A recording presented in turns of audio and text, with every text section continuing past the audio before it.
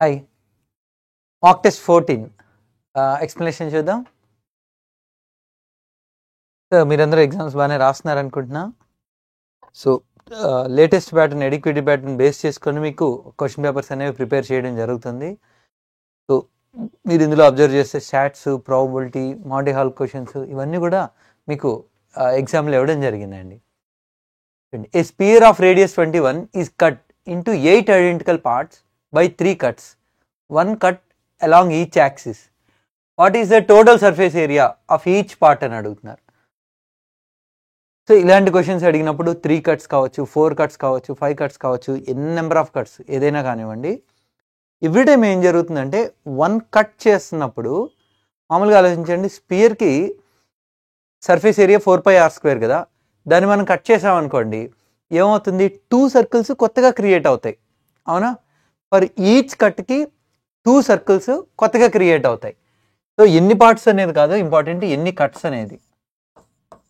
3 cuts అనుకోండి, each కట్కి 2 circles కొత్తగా create అవుతాయి కాబట్టి 3 కట్స్ అంటే 3 2s are 6 సర్కిల్స్ కొత్తగా క్రియేట్ అవుతాయి. అంటే కొత్తగా 6πr² వస్తుంది అనమాట. మామూలుగా స్పియర్కి సర్ఫేస్ ఏరియా ఎంత, 4πr². ఇప్పుడు 3 కట్స్ కాబట్టి 6πr². మొత్తం ఇప్పుడు ఎన్ని పార్ట్స్ అవుతున్నాయి, 8 పార్ట్స్ కాబట్టి ఈచ్ పార్ట్కి చెప్పాలంటే by 8 రాసేసుకుంటే చాలు. 10πr² by 8. So 10/8 into pi అంటే 22/7, రేడియస్ 21 ఇంటూ 21. ఇది ఇందులో 3 టైమ్స్, 2 ఇందులో 5 టైమ్స్, 2 ఇందులో 11 టైమ్స్, అంటే 4 క్యాన్సిల్ చేసినట్టు, 4 ఇందులో 2 టైమ్స్. 321 63, 693 ఇంటూ 5/2. సో ఆల్మోస్ట్ 3500, అంటే 3500/2 అంటే మన ఆన్సర్ ఖచ్చితంగా 1700కి క్లోజ్ వాల్యూ ఉంటుంది. మిగిలిన options not even close. Second option మన ఆన్సర్ అవుతుంది. నెక్స్ట్ వన్ చూడండి. గుర్తుంచుకోవాల్సింది ఏంటంటే ఇలాంటి క్వశ్చన్స్లో for each cut 2 circle areas కొత్తగా క్రియేట్ అవుతాయి. ఆల్రెడీ ఉన్న ఏరియా కాకుండా ఇంకొక 2 ఏరియాస్ కొత్తగా క్రియేట్ అవుతాయి. అదే సింపుల్ లాజిక్ అండి. స్పియర్ని మనం కట్ చేస్తున్నప్పుడు ఏమవుతుంది, ఒక్క కట్కి ఏమవుతుంది, కొత్తగా 2 సర్కిల్స్ క్రియేట్ అవుతున్నాయి, కింద ఒకటి పైన ఒకటి, అలా ఈచ్ కట్కి 2 సర్కిల్స్ కొత్తగా క్రియేట్ అవుతాయి. ఈ river 20 meters deep and 36 meters wide is flowing at the rate of 2.7 km/h. The amount of water in meter cube that runs into the sea per minute. So 1 minute ఎంత water flow అవుతుంది, ఇది మనల్ని అడుగుతున్నారండి. So ఈ volume అనేది ఏమవుతుంది అంటే ఎంత వాటర్ ఫ్లో అవుతుంది, ఆ వాల్యూమ్ అనేది ఏరియా ఆఫ్ క్రాస్ సెక్షన్, ఎంత ఏరియా నుంచి ఇంటూ స్పీడ్, అలా ఎంత టైం పాటు. ఇది area 20 meters deep, 36 meters wide అంటున్నారు కదా, ఇది ఏరియా. స్పీడ్ మీటర్/సెకండ్లోకి మార్చుకుంటే km/hలో ఉంది కదా, km/hని మీటర్/సెకండ్లోకి మార్చాలి అంటే 1 minute సెకండ్స్లోకి మార్చుకుంటే. సో ఇక్కడ ఏమవుతుందంటే 0 పోతుంది, డెసిమల్ పోతుంది, 27 × 6 అనమాట. 0 తీసేయచ్చు, దీన్ని మీరు 27గా రాసేసుకోవచ్చు. 6 ఇందులో 3 టైమ్స్, 3 ఇందులో 9 టైమ్స్. So 9 5s 45, 45 2s 90, 9 × 36 324, 32400. ఇది మన ఆన్సర్ అవుతుంది. Next one.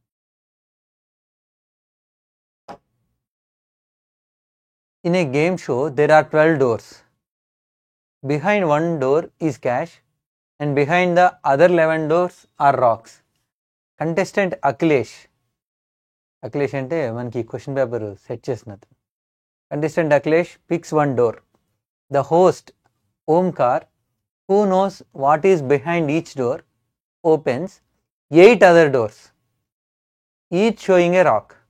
Now if Akhilesh switches to one of the remaining unopened doors, the probability of winning the cash is అని అడుగుతున్నారు.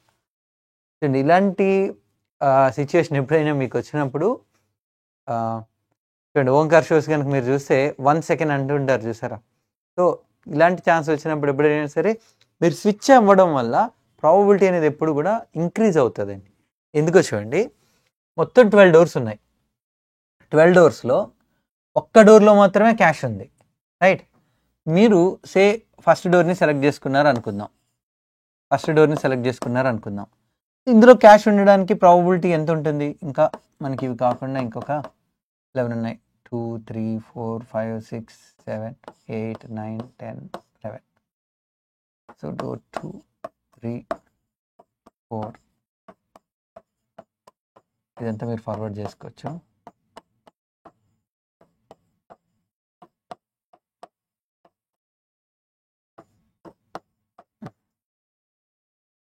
సో మనం ఈ డోర్ సెలెక్ట్ చేసుకున్నాం. ఇందులో గోల్డ్ ఉండడానికి ప్రాబబిలిటీ ఎంత? 1/12. మిగిలిన వాటిలో గోల్డ్ ఉండడానికి ప్రాబబిలిటీ ఎంత? ఇందులో 1/12 కాబట్టి ఇక్కడ గోల్డ్ ఉండడానికి ప్రాబబిలిటీ ఎంత అంటే 11/12. అయితే అందులో తను ఏం చేస్తున్నాడంటే 8 డోర్స్ని ఓపెన్ చేశాడు. అందులో షోయింగ్ ఏ రాక్, అంటే అందులో గోల్డ్ లేదు, క్యాష్ లేదు. 1, 2, 3, 4, 5, 6, 7, 8. సో ఇవన్నీ ఓపెన్ చేసి పెట్టేశాడు. ఇందులో నో క్యాష్. సో దాని అర్థం ఏంటి? ఇప్పుడు ఈ 3 డోర్స్లోనే గోల్డ్ ఉండడానికి క్యాష్ ఉండడానికి ఛాన్స్ ఉంది. అది ఎంత అంటే ఇప్పుడు ఇందులో 1/12 అనుకోండి. మీరు సెలెక్ట్ చేసుకున్న దానిలో మనకి క్యాష్ ఉండడానికి ప్రాబబిలిటీ 1/12 అయితే మిగిలిన చోట క్యాష్ ఉండడానికి ప్రాబబిలిటీ ఎంత? 1 - 1/12. సో 11/12. ఇప్పుడు ఈ మూడిట్లో ఏదైనా ఒకటి చూజ్ చేసుకుంటున్నారు. అప్పుడు అందులో క్యాష్ ఉండడానికి ప్రాబబిలిటీ ఎంత అంటే ఈ మూడిట్లో ఉండడానికి ప్రాబబిలిటీ 11/12. మూడిట్లో మీరు ఒకటే సెలెక్ట్ చేసుకుంటున్నారు కాబట్టి ఇంటూ 1/3, 11/36. ఇది మన ఆన్సర్ అవుతుంది. సో ఇది క్లియర్. చూడండి, ఎన్ని డోర్స్ అయితే ఉంటాయో మీరు ఒక్క డోర్ సెలెక్ట్ చేసుకుంటారు కాబట్టి అందులో ప్రాబబిలిటీ ఎంత ఉంటుందంటే 1/n. అది కాకుండా మిగిలిన చోట ప్రాబబిలిటీ 1 - 1/n. సో ఇంకా మిగిలినవి ఎన్ని అయితే ఉంటాయో, ఇప్పుడు 8 డోర్స్ మనకి పక్కకు పెట్టేశారంటే ఈ మూడిట్లో ఒక్క చోట ఉంటుంది కాబట్టి సో మళ్ళీ ఇంటూ 1/3 చేయాల్సి ఉంటుంది. ఇంతేనండి మాంటీ హాల్ క్వశ్చన్ అంటే అది ఎంత డిఫికల్ట్ కాదు, చాలా చాలా ఈజీ. జస్ట్ మీకు ఎగ్జామ్లో వచ్చింది, దాన్ని మీరు ఏదో డిఫికల్ట్ క్వశ్చన్ మనం చాలా ఎక్కువ నేర్చుకోవాలేమో ఏం లేదు, చాలా సింపుల్. ఆ క్వశ్చన్ మీకు అర్థమైందంటే అంతే. Radha marks her goods 25% above the cost price. She sells 35% of the goods at the market price, 40% at 15% discount and remaining at 20% discount. What is her overall percentage gain? ఇప్పుడు ఏం చెప్తున్నారంటే 35% ఆఫ్ ది గూడ్స్ని మార్కెట్ ప్రైస్కి అమ్మారు. 35% of the గూడ్స్ని market ప్రైస్కి అమ్మారు. Market ప్రైస్కి అమ్మారు అంటే కాస్ట్ ప్రైస్ కన్నా 25% ఎక్కువ చూపించారు కదా. So cost price, market price, selling price చూద్దాం. 100, 25% ఎక్కువ చూపించారు. So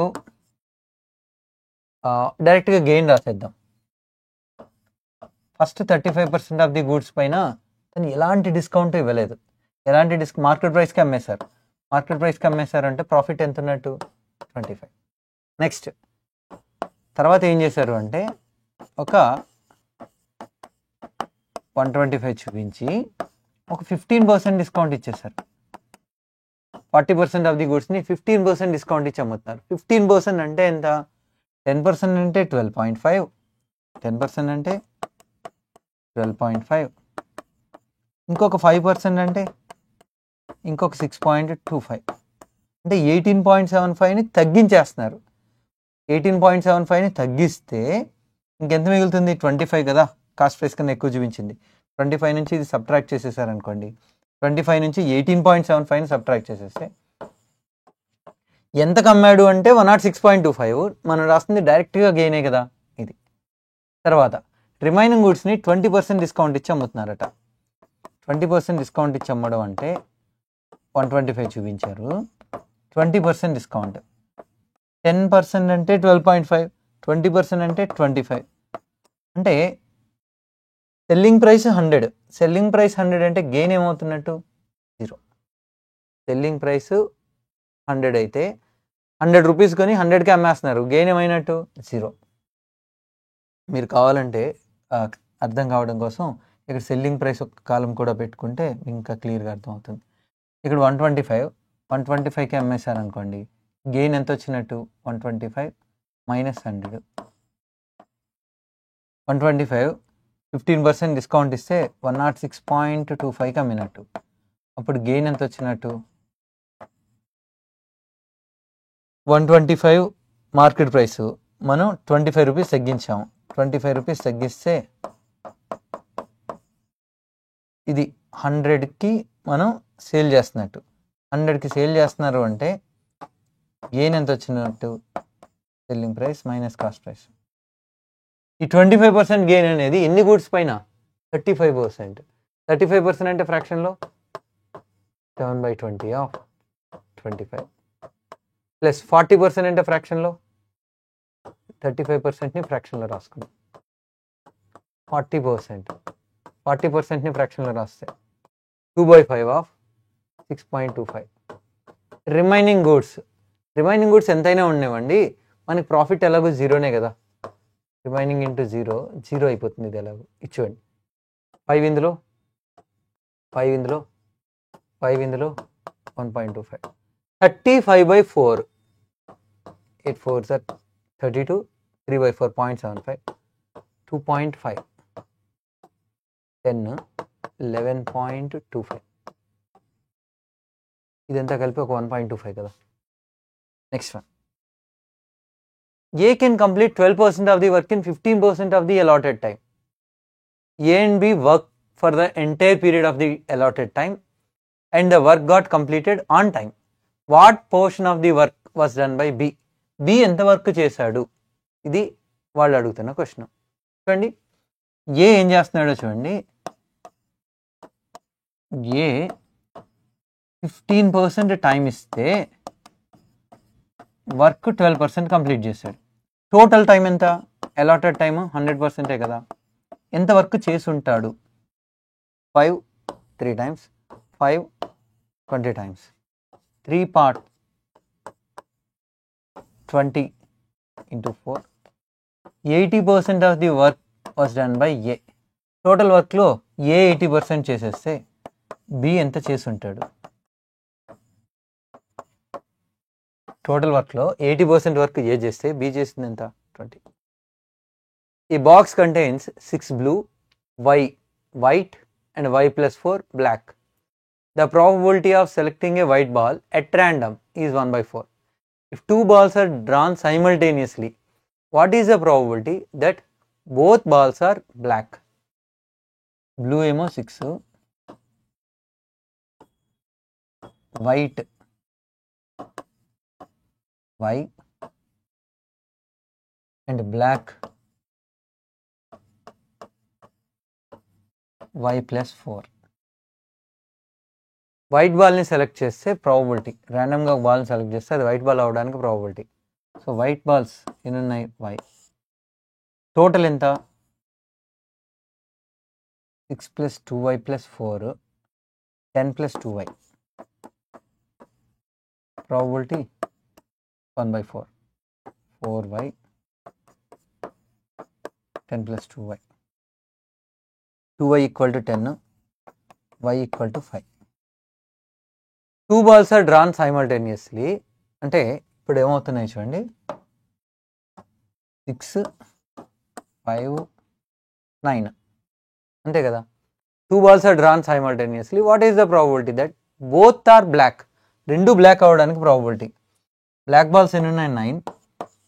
so 9 బాల్స్లో 2 బాల్స్ని ఇన్వేస్లో. టోటల్ ఎన్ని, 6 + 5 11, 11 + 9 20, 9 × 8 20 × 19, 4 ఇందులో 2 times, 4 ఇందులో 5 times, 18/95. Next one, HCF and LCM of two numbers are 12 and 2448. Difference of the numbers is 60. Then sum of the numbers will be, difference వచ్చి 60 అయితే sum ఎంత అని అడుగుతున్నారు. HCF 12 కదా, HCF 12 అయితే ఆ టూ నెంబర్స్ని మీరు 12A, 12Bగా రాసుకోవచ్చు. ఆ టూ నెంబర్స్కి డిఫరెన్స్ ఇచ్చారు, టూ నెంబర్స్కి డిఫరెన్స్ ఇచ్చారు అంటే 12 కామన్ తీసేసుకుంటే A - B = 60. అలాగే LCM 2448 అంటున్నారు కదా, 12A, 12Bకి LCM అంటే ఏమవుతుంది, 12AB. LCM of 12A, 12B 12AB అవుతుందండి. 12 ఇందులో ఎన్ని టైమ్స్ పోతుంది, 204. ప్రోడక్ట్ ఏమో 204, డిఫరెన్స్ ఏమో 5. ప్రోడక్ట్ ఏమో 204, డిఫరెన్స్ ఏమో 5. సో 17 12s అంటే 204, 17కి 12కి డిఫరెన్స్ అంటే 5. మనల్ని అడుగుతుంది ఆ నెంబర్స్ సమ్ము. సో ఇక్కడ మనకు వచ్చింది A, B వాల్యూస్ మాత్రమే వచ్చాయి. సో మనకి నెంబర్స్ ఏమవుతాయంటే 12A ఒక నెంబరు, 12B ఇంకొక నెంబరు. 12 కామన్ తీసేసుకుంటే 17 + 12 29. 30 12s అంటే 360, ఒక్క 12 తక్కువ 348. ఇది మన answer. Next one, a sum of 20,000 is invested for 3 years at compound interest. The rate of interest for first year 20% per annum. For second year it is 15% per annum, and for third year it is 10% per annum. Find the interest for the third year. Only third ఇయర్కి కావాలి. So మనకి principal ఇచ్చేసారు, only third ఇయర్కి మాత్రం మనకి interest కావాలి. Third year interest అనేది ఎలా వస్తుంది అంటే చూడండి, సెకండ్ ఇయర్ అమౌంట్ పైన కాంపౌండ్ ఇంట్రెస్ట్లో ఇంట్రెస్ట్ అనేది ఇప్పుడు కూడా అమౌంట్ పైన వస్తుంది. సో ఫస్ట్ ఇయర్ అమౌంట్ పైన వచ్చే interest second year interest, second year amount పైన వచ్చే interest third year interest. So అసలు 2 ఇయర్స్కి ఎంత అమౌంట్ అవుతుందో చూసి దానిపైన ఇంట్రెస్ట్ అనమాట. ప్రిన్సిపల్ ఎంత, 20,000. First year rate of interest ఎంత ఉంది, 20% ఉంది. 20% ఉందంటే 120% ఆఫ్ ది ప్రిన్సిపల్. ఇది అమౌంట్ ఆఫ్టర్ 1 ఇయర్ అనేయచ్చా. నెక్స్ట్ సెకండ్ ఇయర్ 15% ఉందా, ఇది అమౌంట్ ఆఫ్టర్ 2 ఇయర్స్ అనొచ్చా. ఇప్పుడు జాగ్రత్తగా చూడండి, థర్డ్ ఇయర్ ఇంట్రెస్ట్ మాత్రమే కావాలి. సో 2 ఇయర్స్ తర్వాత అమౌంట్ ఇది, 2 ఇయర్స్ తర్వాత అమౌంట్ ఏదైతే ఉందో దానిపైన వచ్చే ఇంట్రెస్ట్ చాలు. ఇది డైరెక్ట్గా థర్డ్ ఇయర్ ఇంట్రెస్ట్ని చెప్పేస్తుంది. 2 zeros 2 zeros 2 zeros 2 zeros 0 0 0 0. So ఇది మన ఆన్సర్ అయిపోతుంది. 2 × 115 230, 230 × 12 240 + 36 276, పక్కన ఒక 0 2760. Next one,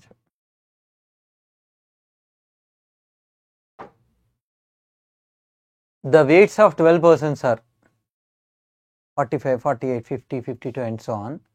Find the 75th percentile. So ఈ పర్సంటైల్ క్యాలిక్యులేట్ చేయాలి అంటే వాటిని మనం అసెండింగ్ ఆర్డర్లో రాసుకోవాలి. చూడండి, మీడియన్ క్యాలిక్యులేట్ చేయడానికి మీరు అసెండింగ్ ఆర్ డిసెండింగ్ రాయొచ్చు. పర్సంటైల్ కానీ డెసైల్స్ కానీ క్వార్టైల్స్ కానీ క్యాలిక్యులేట్ చేసినప్పుడు వాటిని ఓన్లీ అసెండింగ్ ఆర్డర్లోనే రాయాలి, డిసెండింగ్ కాదు. ఓన్లీ అసెండింగ్ ఆర్డర్లో మాత్రమే మనం రాయాల్సి ఉంటుందండి. మీడియన్కి మాత్రం అసెండింగ్ ఆర్ డిసెండింగ్ రాసుకోవచ్చు, డిఫరెన్స్ ఉండదు కాబట్టి మిడిల్ నెంబరు. బట్ పర్సంటైల్ కానీ క్వార్టైల్ కానీ డిసైల్ కానీ ఓన్లీ అసెండింగ్, ఇవి ఆల్రెడీ అసెండింగ్లోనే ఉన్నాయి. మనం 75th P75 మనం క్యాలిక్యులేట్ చేయాలి.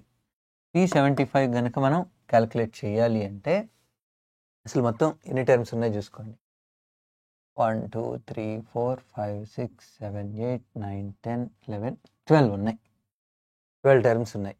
సో ఏం చేయొచ్చు అంటే 75 × K + 1 అంటే ఎన్ని టర్మ్స్ అయితే ఉన్నాయో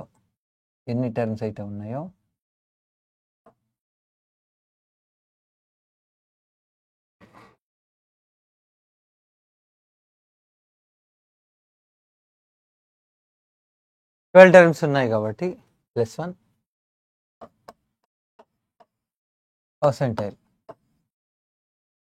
ఇది ఇందులో 325 425 313 39/4. సో 9 4s are 36 అంటే 9.75 టర్మ్ క్యాలిక్యులేట్ చేయాలి మనం. 9.75 టర్మ్ అంటే 1 2 3 4 5 6 7 8 9. ఇది 9th టర్మ్. మనం చెప్పాల్సింది 9.75 కదా. 9.75 టర్మ్ ఎలా చెప్పొచ్చు అంటే 9th term 59 plus 0.75 into difference అంతే. ఈ రెండింటికి డిఫరెన్స్ ఎంత ఉంది? ఇది ఒక 1.5.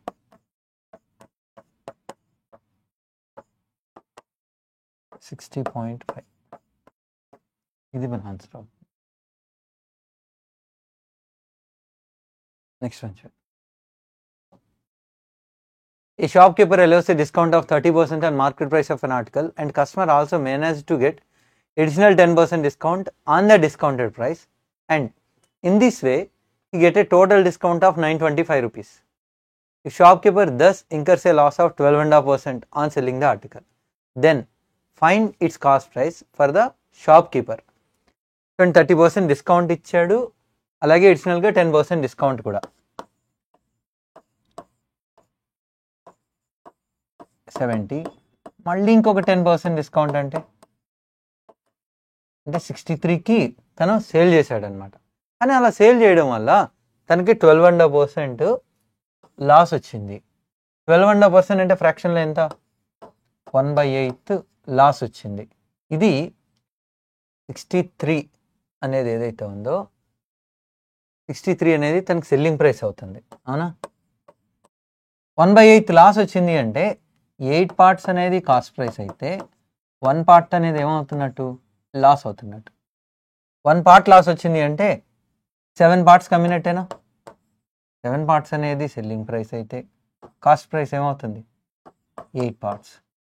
7 9s are 63, 8 9s are 72. ఇప్పుడు వాళ్ళు ఏం చెప్తున్నారంటే టోటల్ డిస్కౌంట్ 925 రూపీస్ అయితే 100 రూపీస్ది 63కి ఇస్తున్నారు. అంటే ఎంత డిస్కౌంట్ ఇచ్చినట్టు? 37 డిస్కౌంట్ ఇచ్చినట్టేనా? 37 అనేది 925 అయితే మనల్ని ఏం అడుగుతున్నారు? కాస్ట్ ప్రైస్ ఏమవుతుంది చూడండి.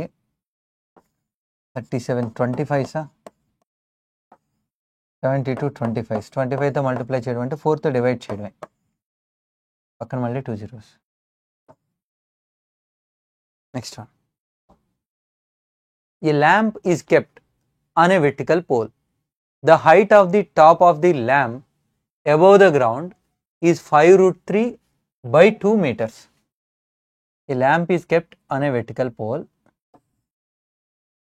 Height of the top of the lamp above the ground is 5√3/2 meters. అలా ఉంచండి. The perpendicular distance of the bottom of the pole from two adjacent walls meeting perpendicularly are 0.7 meters and 2.4 meters. ఇది ఒక pole ఉంది. ఇది ఒక 2 walls నుంచి గనక తీసుకున్నట్టయితే 2 walls నుంచి ఇలా తీసుకున్నాం అనుకోండి. ఆ 2 walls నుంచి పర్పెండిక్యులర్ డిస్టెన్సెస్ ఏవైతే ఉన్నాయో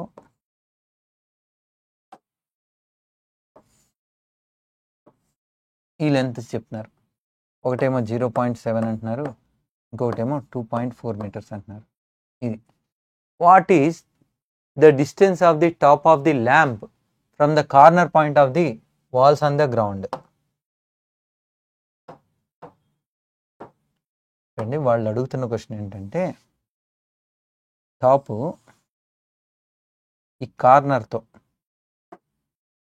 ఆ టాప్ ఏదైతే ఉందో అది కార్నర్తో ఎంత డిస్టెన్స్లో ఉంది, టాప్ అనేది కార్నర్తో ఎంత డిస్టెన్స్లో ఉంది, ఇది మనం క్యాల్కులేట్ చేయమంటున్నారు. సో అదేమవుతుందంటే ఇక్కడ మీకు ఒక రైట్ యాంగిల్ ట్రయాంగిల్ ఫామ్ అయిపోతుంది.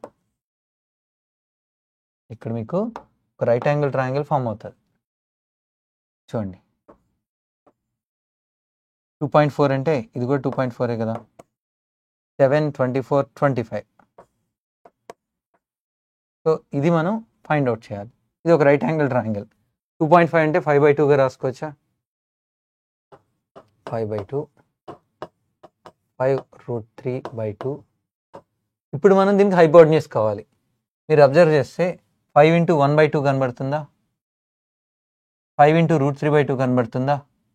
అంటే 30 degrees, 60 degrees, 90 degrees. 30 ఆపోజిట్గా ఏదైతే ఉందో 60 ఆపోజిట్గా దానికి √3 టైమ్స్, 90కి ఆపోజిట్గా దీనికి డబల్ ఉంటుందండి. 5/2 × 2 అంటే 5. ఇది మన ఆన్సర్ అవుతుంది. అంటే దాని అర్థం ఏంటంటే ఇది 5/2 కదా, ఇక్కడ 30 degrees ఉందని అర్థం. ఇది 60 degrees ఉంది 90కి ఆపోజిట్గా. 30కి ఆపోజిట్గా ఏదైతే ఉందో 90కి ఆపోజిట్గా దానికి డబుల్ ఉంటుంది అనమాట. లేదు side square plus side square equal to hypotenuse square అలా రాసినా కూడా ఆన్సర్ వస్తుంది. Adjacent sides of a parallelogram are 15 and 24. Angle between them is 120. Find the length of the shorter diagonal అడుగుతున్నారు. వన్ ఆఫ్ ది యాంగిల్స్ మనకి 120 degrees అయితే other angle adjacent angle sum ఎప్పుడు కూడా ఏమవుతుంది అంటే 180 degrees ఉంటుంది. ఎడ్జసెంట్ యాంగిల్ సమ్ ఎప్పుడు 180 degrees ఉంటుంది. సో ఇక్కడ ఒకటేమో 15,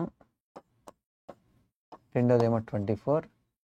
మనం ఇది ఫైండ్ అవుట్ చేయాలి. థర్డ్ యాంగిల్ ఏదైతే ఉందో, థర్డ్ షార్టర్ అడుగుతున్నారు కదా, షార్టర్ అడుగుతున్నారంటే 60కి ఆపోజిట్గా ఏదైతే ఉందో ఆ డయాగ్నల్ మనం ఫైండ్ అవుట్ చేయాల్సి ఉంటుంది. సో 60కి ఆపోజిట్గా ఉండేది మనం చెప్పాల్సింది. కొసైన్ రూల్ యూజ్ చేస్తాం. d1² = 15² + 24² -2 × 15 × 24 × cos 60. cos 60 అంటే ఎంత? 1/2. cos 60 అంటే 1/2. ఇక్కడ మీరు 1/2 రాసేసుకోండి. 2 cancel. 225, 576, 360. So 576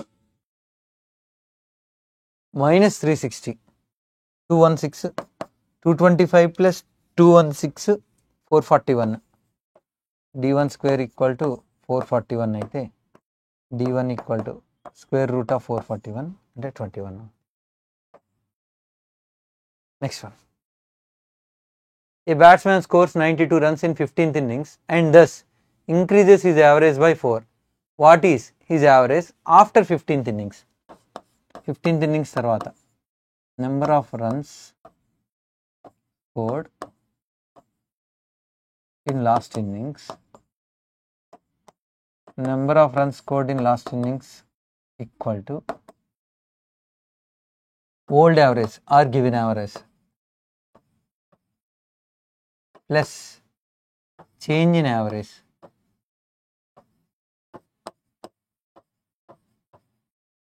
into number of innings including last. Number of innings including last innings.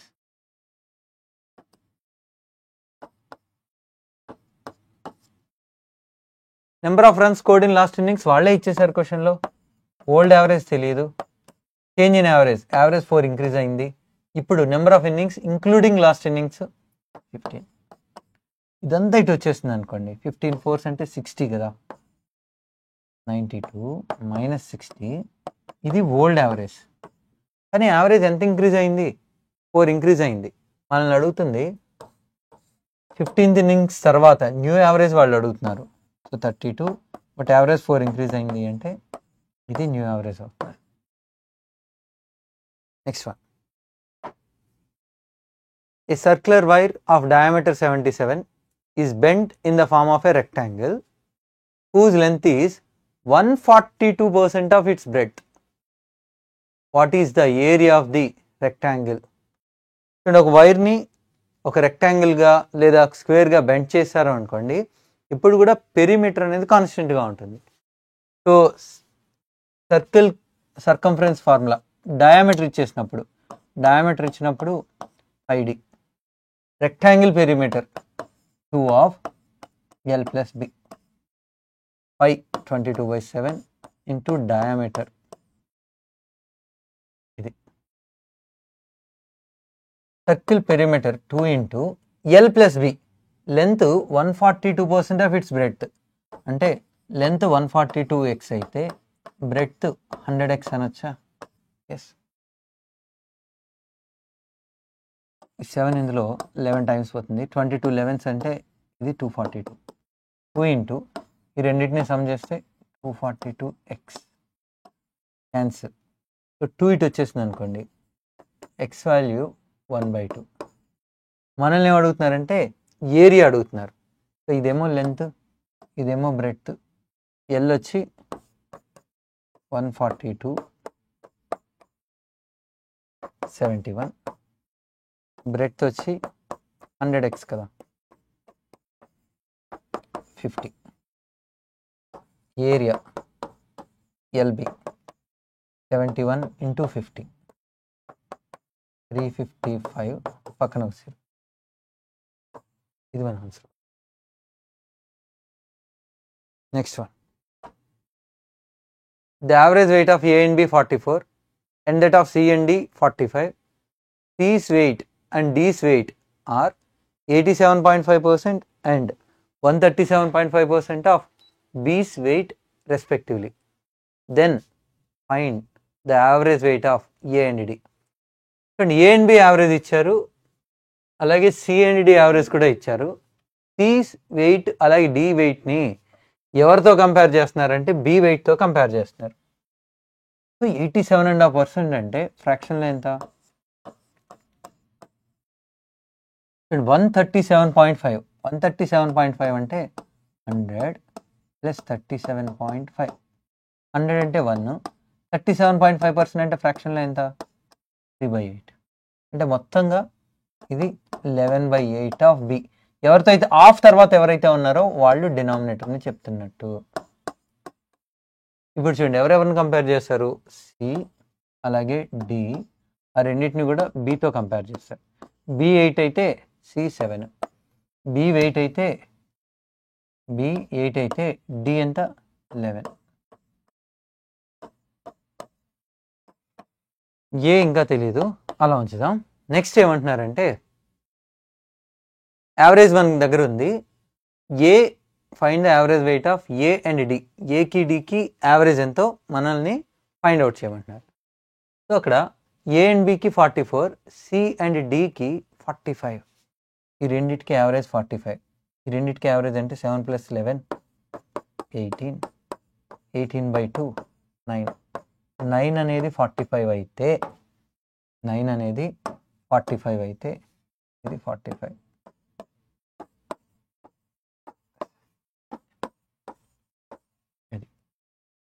వాళ్ళ క్వశ్చన్లో ఏ అండ్ బికి యావరేజ్ 44 అని చెప్తున్నారు కదా. ఏ అండ్ బికి యావరేజ్ 44, ఏ తెలియదు.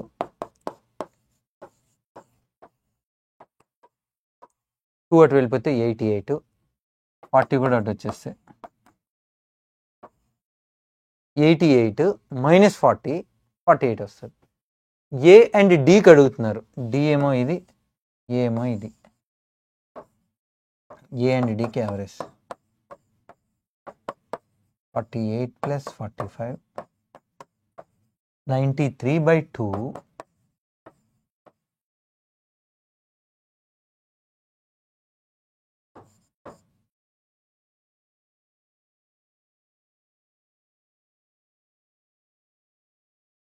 Average weight of A and B 44 కదా. సో బి 40 అయితే ఏ ఖచ్చితంగా 48. సారీ, ఇక్కడ నేను ఇది రాంగ్ రాశాను కదా. డి అనేది 9 parts 45 అయితే 11 parts ఏమవుతుంది? 55 అవుతుంది.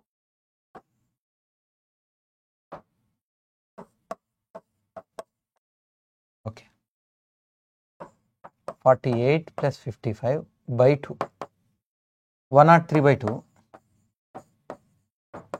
51.5.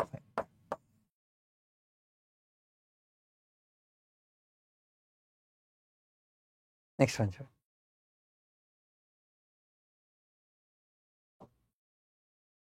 Median of the following data. Median అంటే exact middle value.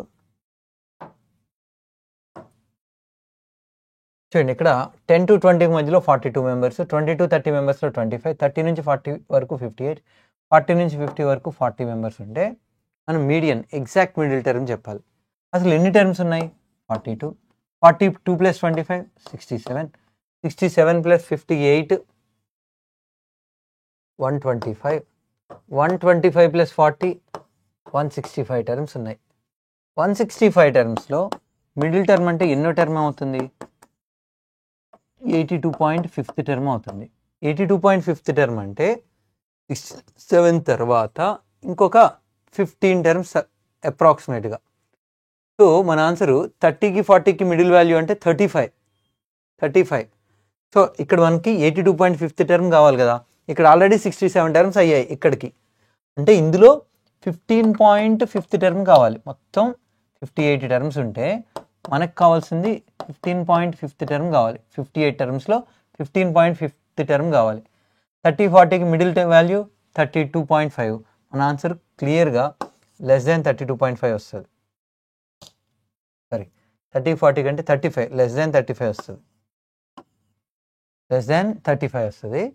అయితే 15.5th టర్మ్ అంటే టోటల్ 58 టర్మ్స్లో ఆ వాల్యూ మనకి 35 కన్నా ఇంకా చెప్పాలి అంటే 58 టర్మ్స్లో 15.5 అంటే ఆల్మోస్ట్ 1/4, ఆల్మోస్ట్ మనకు 1/4 దగ్గర ఉంది.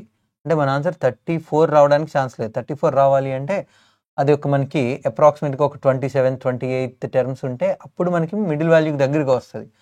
15 అంటే ఫస్ట్ క్వార్టర్లోనే ఉంది, సో మనకి క్లోజ్ టు 32 వస్తుంది. రైట్, ప్రొసీజర్ కావాలి అంటే ఇక్కడికి ఆల్రెడీ 67 టర్మ్స్ అయిపోయాయా, దీని తర్వాత 15.5th టర్మ్ కావాలి కదా, దాని తర్వాత 15.5th టర్మ్ కావాలి. 30 lower value రాసేసుకోవాలి. 15.5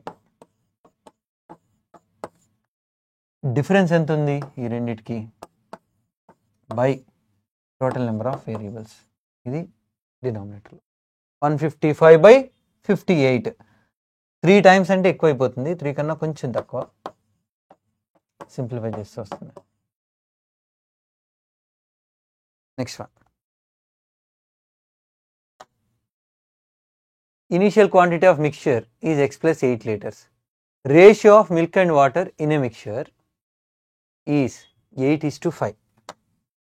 Ratio of milk and water 8:5.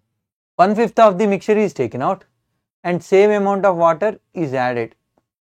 Now the quantity of water in the mixture is 33 liters. Find the value of X అని అడుగుతున్నారు. మిల్క్ అండ్ వాటర్ ఏ రేషియోలో ఉన్నాయి అంటున్నారు? 8:5 రేషియోలో ఉన్నాయి. చూడండి, 1/5 ఆఫ్ ది మిక్చర్ని బయటికి తీసేసి ఎంత మిక్చర్ అయితే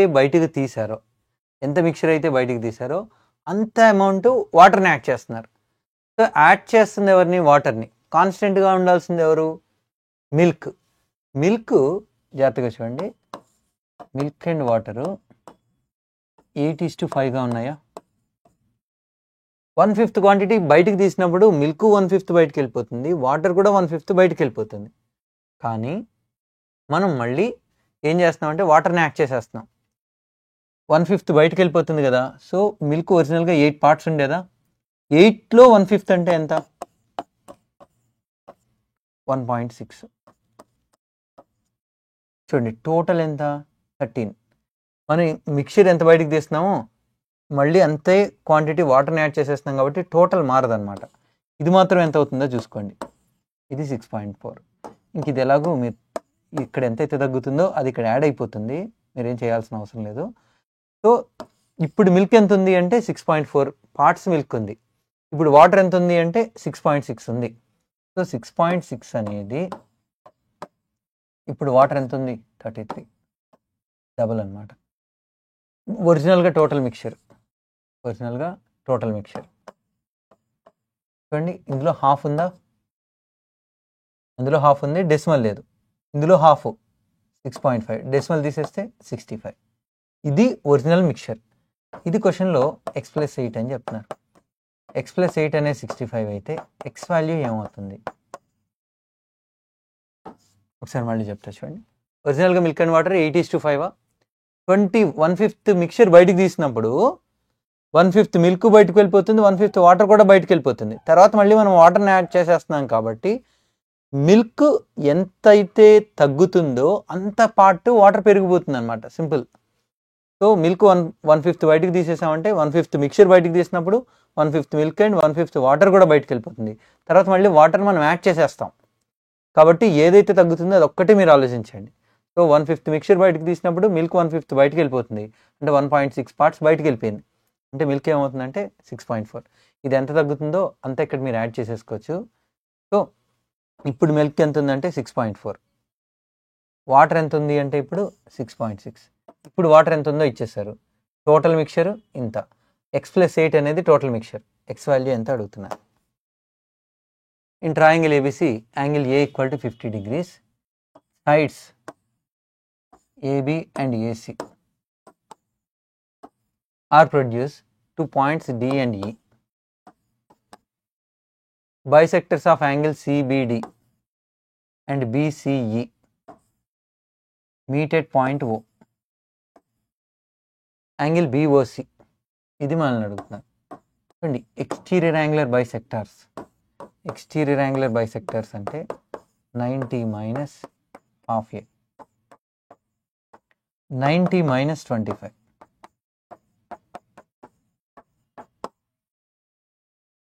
ఇది మన answer. Next one, tan x equal to cot of 45 plus 2x. What is the value of? If tan A equal to cot B, A plus B 90 అవుతుంది. ఇది బేసిక్. ఈ రెండిటి some x plus 45 plus 2x equal to 90. 45 వచ్చేస్తుంది, 3x value 90, 3x value 90 minus 45 అంటే 45. 3x value 45 అయితే x value ఎంత 15. Next one చూడండి, 5a minus 3b is to 4a minus 2b equal to 2:3 అయితే a:b వాల్యూ మనం calculate చేయమంటున్నారు. మీరు కావాలంటే ఆ వాల్యూస్ని అక్కడ సబ్స్టిట్యూట్ చేసుకొని చూడొచ్చు. 4a minus 2b రాసినప్పుడు 3 మల్టిపుల్ వస్తుందా? ఫస్ట్ ఆప్షన్ చూడండి, 20 minus 16 4 వస్తుంది, 3 మల్టిపుల్ కాదు. నెక్స్ట్ 20 minus 14 6 ఛాన్స్ ఉంది, 3 మల్టిపుల్ అవుతుంది కదా. ఇక్కడ 25 minus 21 సరిపోతుంది, చూసుకోండి. ఆ వాల్యూ ఇక్కడ తీసుకుంటే 25 minus 21 4, అయ్యే వాల్యూస్ ఇక్కడ తీసుకుంటే 20 minus 14 6, 4:6 అన్నా 2:3 అన్నా ఒకటే. అది ప్రొసీజర్ అంటే 5a minus 3b by 4a minus 2b equal to 2/3. డైరెక్ట్గా a:b మీరు రాసేయచ్చు. ఎలాగో చూడండి, same sign difference, opposite sign plus, అది గుర్తుపెట్టుకోండి. హియర్ సేమ్ సైన్, ఇక్కడ కూడా same sign. 3 5s are 15, 2 4s are 8, same sign కదా. 15 minus 8 7.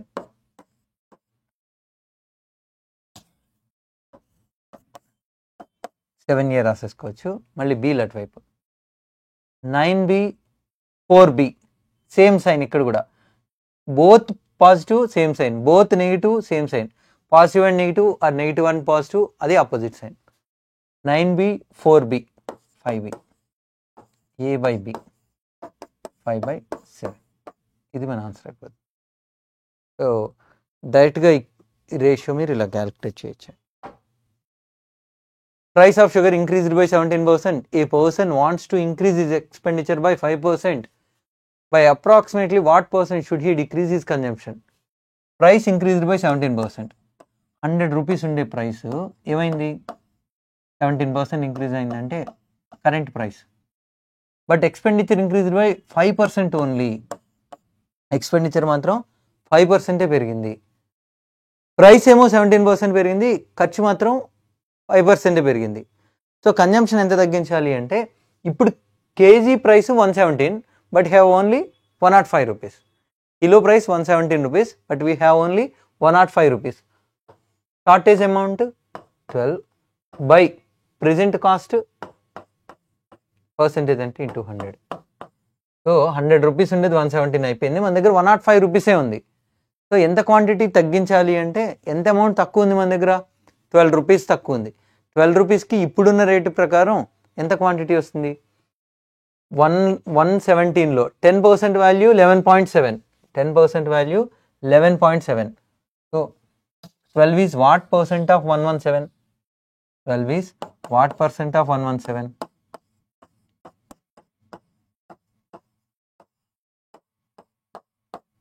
Here 10%.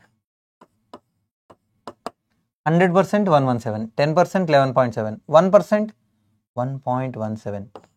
So this is less than 3% but close to 0.3%. 100% 117, 10% 11.7, 1% 1.17, 0.1% 0.117. So this is less than 0.37, 0.3% but close to 0.3, 10.3%.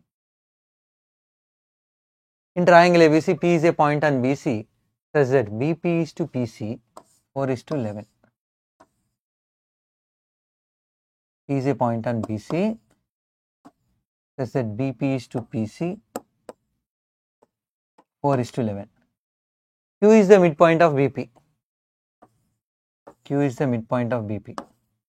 మొత్తం 4 కాబట్టి total ఈక్వల్గా రాసుకుంటే then area of the triangle ABQ to the area of the triangle ABC. Two triangles or more triangles same base మీద form అయినప్పుడు bases ratio, areas ratio same. Bases ratio, areas ratio same. So area of triangle ABQ by area of triangle ABC, basis BQ by BC. BQ to BC 11 plus 4 కదా 15, 2 by 15. Next one. Walking at 7/9 of his usual speed, a person reaches his office 10 minutes late.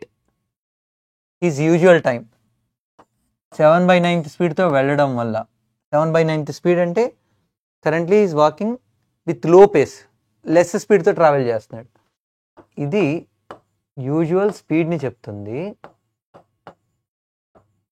ఇది present ఇప్పుడు ఎంత స్పీడ్తో వెళ్తున్నాడు. Time is inversely proportional to speed, time is inversely proportional to speed. So ఇది usual టైంని చెప్తుంది, ఇది present టైంని చెప్తుంది, ప్రెజెంట్ టైం చెప్తుంది. A person, walking at 7/9 of his usual speed, a person reaches office 10 minutes late. So this is present time, this is usual time. So he is late by 2 parts. Numerator కి denominator కి difference ఎప్పుడు కూడా late or early. ఇలాంటి questions కి numerator కి denominator కి difference late or early. 2 parts అనేది 10 minutes అయితే numerator always usual time, numerator always usual time. 2 అనేది 10 అయితే 7 అనేది ఏమవుతుంది 35 minutes. Next one. What is the value of tan 5 theta plus tan 3 theta by 4 cos 4 theta of tan 5 theta minus tan 3 theta? చూడండి sign and కాస్ట్లోకి convert చేసేసుకుంటే sin 5 theta by cos 5 theta sin 3 theta by cos 3 theta. డినామినేటర్లో 4 cos 4 theta అలాగే ఉంచేసి again sin 5 theta by cos 5 theta minus sin 3 theta by cos 3 theta. sin a cos b plus cos a sin b cross multiplication చేసేస్తే sin 5 theta cos 3 theta sin 3 theta cos 5 theta. Denominator same denominators వస్తాయండి కింద పైన. So డైరెక్ట్గా ఇవి cancel అయిపోతాయి. 4 cos 4 theta ఇక్కడ sin a cos b minus cos a sin b అవుతుంది. sin 5 theta cos 3 theta minus sin 3 theta cos 5 theta. sin a cos b plus cos a sin b sin of a plus b sin of a plus b denominator 4 cos 4 theta ఉంచేద్దాం. sin a cos b minus cos a sin b sin of a minus b sin 2 theta. Numerator దీన్ని sin 8 thetaని sin 2 of 4 thetaగా రాసుకోండి. sin 2 theta 2 sin theta cos theta 2 sin theta cos theta 4 cos 4 theta sin 2 theta. మళ్ళీ ఈ sin 4 theta మళ్ళీ మీరు ఏం రాయొచ్చు, sin of 2 of 2 thetaగా రాసుకోవచ్చు. sin 2 of 2 theta sin 2 theta అంటే again 2 sin theta cos theta. Already 2 ఉంది.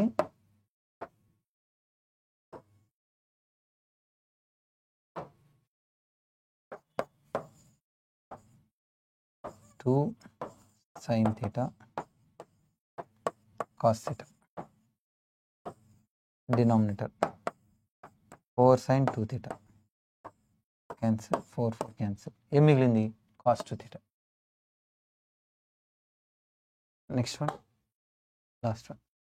Total surface area of a right pyramid with base as square of side 8 centimeters is 208 square centimeters. What is the height of the pyramid అని అడుగుతున్నారు. Square pyramid base వచ్చి square షేప్లో ఉందంటున్నారు. మనల్ని ఏం calculate చేయమంటున్నారంటే height of the pyramid. ఇది మనల్ని క్యాలిక్యులేట్ చేయమంటారు. Total surface area of the pyramid. Total surface area అంటే curved surface area plus base area. Curved surface area plus base area. Curved surface area అంటే perimeter by 2 into slant height. Base side వచ్చి 8 కదా, base area వచ్చి base square కాబట్టి ఇది perimeter by 2 into slant height 8 square 16. ఇక్కడ total surface area ఎంత అని చెప్తున్నారు 208. ఆ 64 ఇటు వచ్చేసింది అనుకోండి. 16s equal to 208 minus 64 144. s equal to 9. s అంటే ఏంటి ఇక్కడ ప్లాంట్ హైట్. s అంటే ప్లాంట్ హైట్. ఇంతసేపు మనం ఇది క్యాలిక్యులేట్ చేసాం. నెక్స్ట్ ఇది 8 అయితే ఇది ఏమవుతుంది.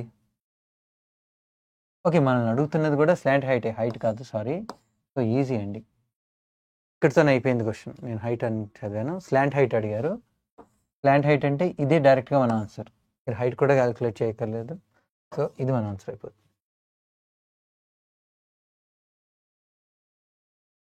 Okay, done.